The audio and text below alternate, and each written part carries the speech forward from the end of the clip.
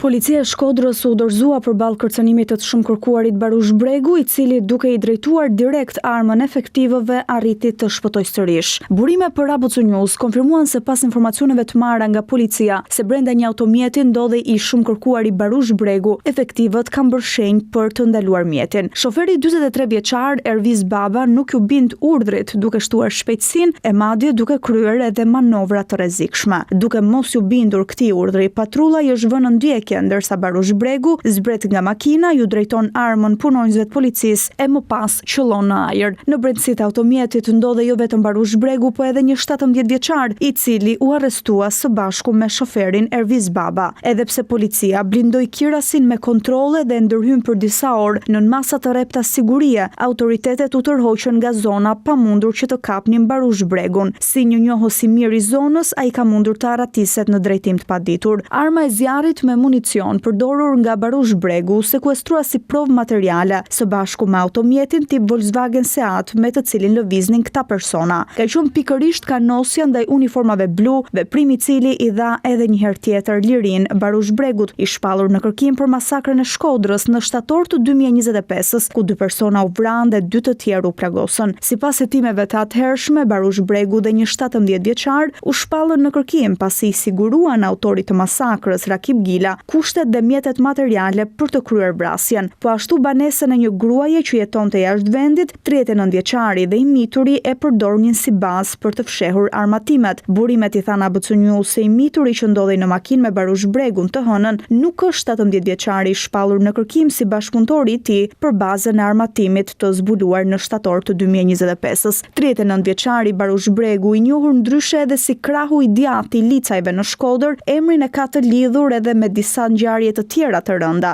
Ai u arrestua më parë në maj të 2019-s pas një operacioni të organizuar nga Renea në kryeqytet, e po ashtu edhe në 2016-ën, ku u dënua me akuzën e drogës së armbajtjes pa leje.